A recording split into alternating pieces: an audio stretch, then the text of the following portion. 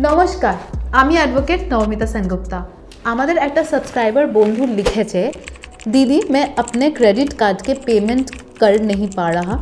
Loans 8.5 lakh का हो चुका है और इंटरेस्ट जितना बोला था उससे ज़्यादा चार्ज कर रहा है। ऑलरेडी 5 लोन ले चुका हूँ, अब फंस गया हूँ। आपसे कैसे बात हो सकती है? मेरे लोन का सेटलमेंट करवा दो। আপনি যদি চান আপনার সেটেলমেন্ট কিন্তু আপনি নিজে করতে পারেন, এখানে ভয় পাওয়ার কোনো কারণ নেই। কেন কি অনেক সময় কোনো লোন সেটেলমেন্ট এজেন্সিতে যদি আপনি যান অনেক বেশি আপনার কিন্তু টাকা খরচা হয়ে যাবে। তার থেকে ভালো আপনি নিজের সেটেলমেন্ট ব্যাংকে গিয়ে কিন্তু নিজেই করতে পারেন।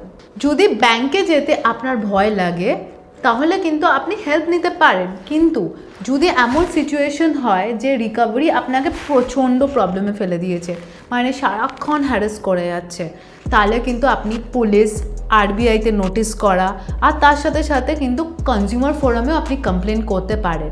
যেমন এখানে উল্লেখ করা হয়েছে যে ইন্টারেস্টটা যতটা ছিল তার থেকে অনেক বেড়ে গেছে।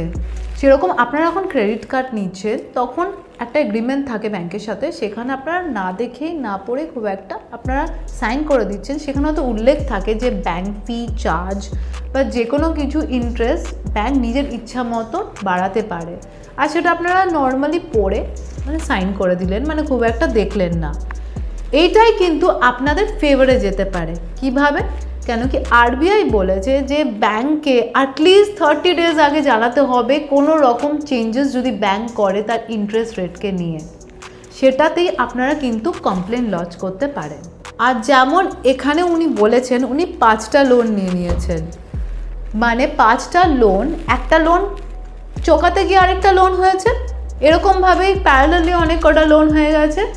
যখনই এরকম ধরনের হয় প্রথম কথা এই ধরনের কাজ করবেন না। একটা লোন নিতে আরেকটা লোন নেবেন না।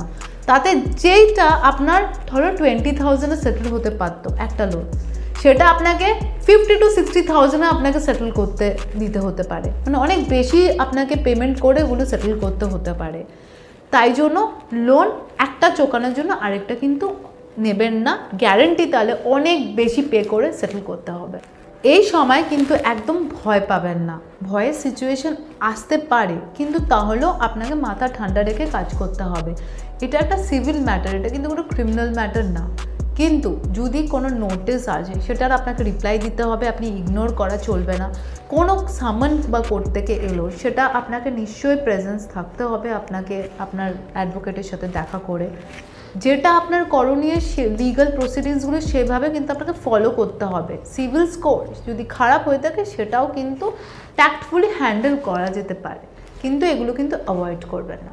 কিন্তু যদি রিকভারি এজেন্ট প্রচণ্ড বেশি পরেশান করে তাহলে কিন্তু ডেফিনেটলি আপনি পুলিশে কমপ্লেন করা বা চিঠি দেওয়া, আরবিআইতে চিঠি দেওয়া, লোক আদালত যদি বসে সেখানে সেটেল করার চেষ্টা করা, যদি কোনো সামান আছে সেটাতে অ্যাপিয়ার করা, কনজিউমার ফোরামে ফাইল করতে পারেন কেস, যে কোনো অম্বাডসম্যান ডিপার্টমেন্ট ব্যাংকের বা ব্যাংকের ম্যানেজারের সাথে কথা বলা, সব ধরনের আপনাকে কিন্তু স্টেপ নিতে হবে।